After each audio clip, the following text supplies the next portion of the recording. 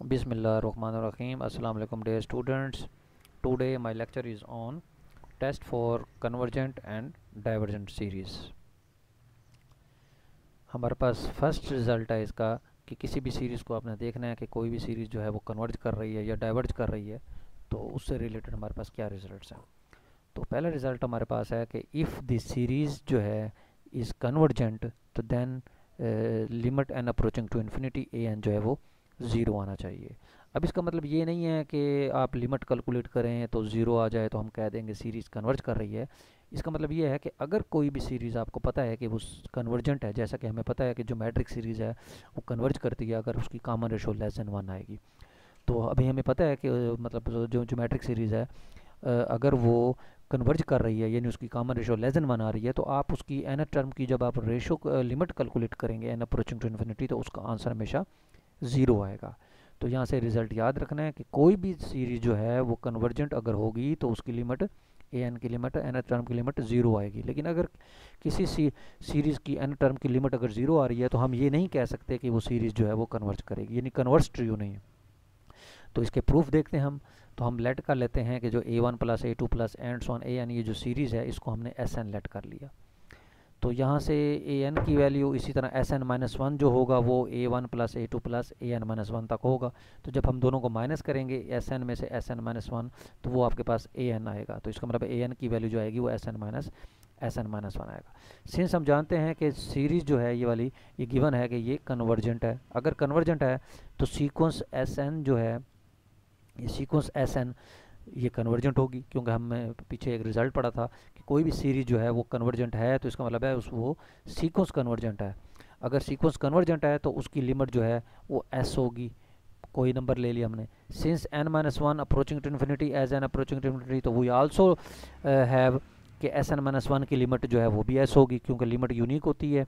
तो ये एस होगी, तो हम जब इसमें पुट करेंगे ए एन की लिमिट कैलकुलेट करेंगे तो ये भी एस आ जाएगा, ये भी एस आ जाएगा, तो एस माइनस एस ज़ीरो हो जाएगा। तो ये रिज़ल्ट जो है आपने याद रखना है कि कोई भी सीरीज जो है associated to sequence s n is partial sum and the sequence a n of its terms, if a n is convergent then the limit of the sequence s n is S.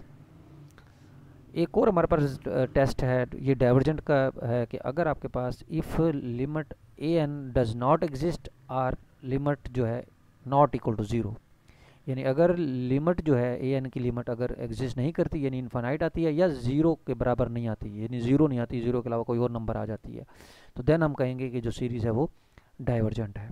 अब इसमें यह है कि divergent check करने के लिए आप सिर्फ लिमिट कैलकुलेट कर लें। अगर लिमिट इन्फानाइट आ जाती है या ज़ीरो के अलावा कोई और नंबर आ जाता है तो हम कह सकते हैं सीरीज़ डाइवर्जेंट है। लेकिन अगर ज़ीरो आ जाता है, अगर ज़ीरो लिमिट आ जाती है, तो तब हम नहीं कह सकते कि सीरीज़ जो है वो कन्वर्ज करेगी, क्योंकि वो कन्वर्स उसका होल्ड नहीं है। तो इसमें आप देखें इसका रिज़ल्ट, जैसे इस रिज़ल्ट के मुताबिक ये क्वेश्चन देखते हैं, वो कहते हैं शो करना है आपने कि ये जो सीरीज़ है ये डाइवर्ज कर रही है। अब अभी हमने रिज़ल्ट पढ़ा है कि ये अगर डाइवर्ज कर रही है तो इसकी जो लिमिट कैलकुलेट होगी वो ज़ीरो नहीं होगी।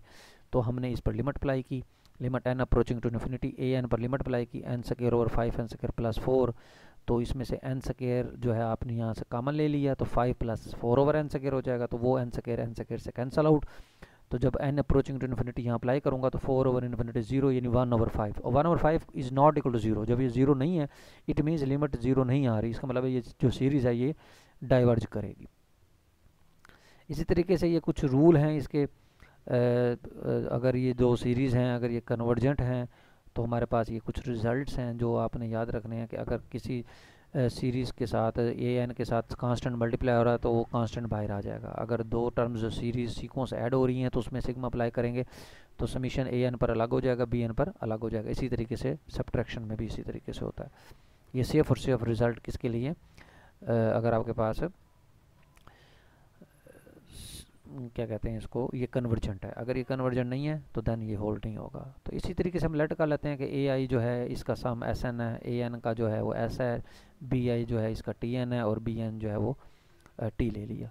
तो ए आई प्लस बी आई का summation i is equal to one to n तक जो है उसको हमने यू एन लेट कर लिया। तो इस पर आपने लिमिट अप्लाई की और सिग्मा की प्रॉपर्टी के मुताबिक समीशन जो है वो ए आई पर अलग हो जाएगा, बी आई पर अलग हो जाएगा।